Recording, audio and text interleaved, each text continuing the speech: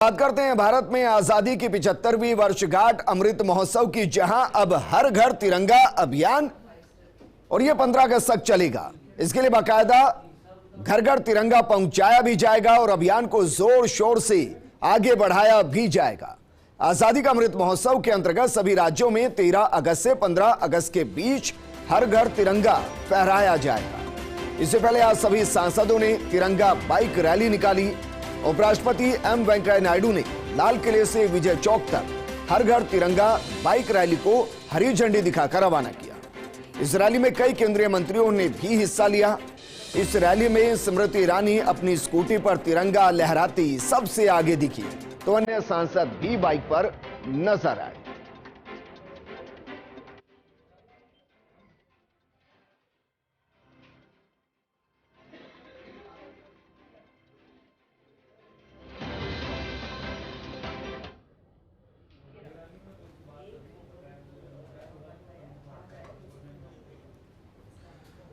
तस्वीरें आपको दिखा रहे हैं। तस्वीरें जरा देखिए। अनुराग ठाकुर बाइक रैली का हिस्सा बनते हुए, तिरंगा बाइक रैली का हिस्सा बनते हुए, और आज तमाम सांसदों ने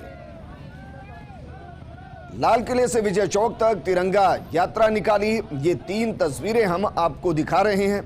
पहली स्मृति ईरानी जो अपनी स्कूटी पर तिरंगा यात्रा का हिस्सा बनी और सबसे आगे रहते हुए उन्होंने अगुवाई की। दूसरी तस्वीर मंत्री अनुराग ठाकुर, वो अपनी मोटरसाइकिल पर निकले। और तीसरी तस्वीर बीजेपी सांसद मनोज तिवारी की, वो भी अपनी मोटरसाइकिल पर निकले।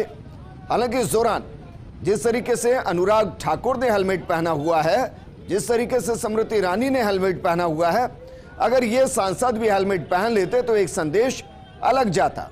लेकिन जो तस्वीरें दिखाई दे रही हैं उसमें जज्बा बेहतरीन, जोश बेहतरीन, लेकिन संदेश तिरंगे के मान और सम्मान का दिया गया, नियम थोड़े से पीछे छूट गए। तिरंगा चंद गज का कपड़ा नहीं, तिरंगे की ताकत 130 करोड़ भारतीयों को एकजुट करने की है। और आज आप देख सकते हैं, कोई भी किसी जाति धर्म संप्रदाय से हो, सब एकजुट होकर तिरंगा यात्रा में जुटे हैं।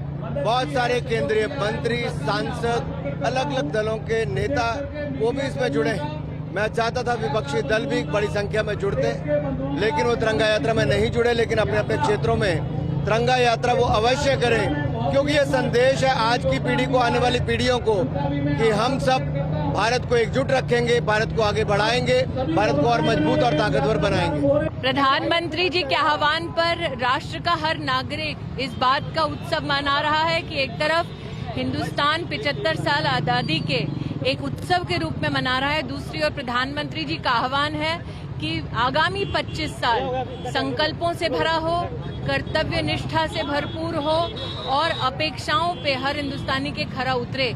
ये प्रयास हम सब हिंदुस्तानियों का, भारतीयों का हो। नहीं, संदेश देने का यही है कि 75 साल में स्वतंत्र भारत के जो 75 साल हम मना रहे हैं, आज़ादी का अमृत महोत्सव, माननीय प्रधानमंत्री जी ने इसके लिए एक अच्छे नाम दिया है।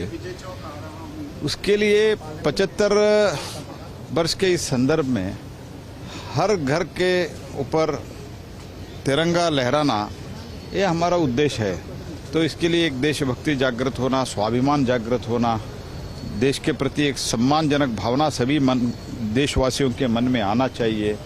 ये हम सोच के, सद्भावना आना चाहिए, ये सोच के हमने किया है। नहीं, विपक्ष के लोगों को भी आमंत्रित किया था। मेरी ओर से ही पत्र गया था, मेल भी किया था, हमारे यहाँ से फोन भी किए थे। उनको भी सम्मिलित होना चाहिए था, क्योंकि ये तिरंगा यात्रा, ये आजादी का अमृत महोत्सव है, देश का महोत्सव है, किसी एक पार्टी का, सरकार का महोत्सव नहीं है। तो देश के जो महोत्सव होते हैं उसमें विपक्ष को सम्मिलित होना ही चाहिए।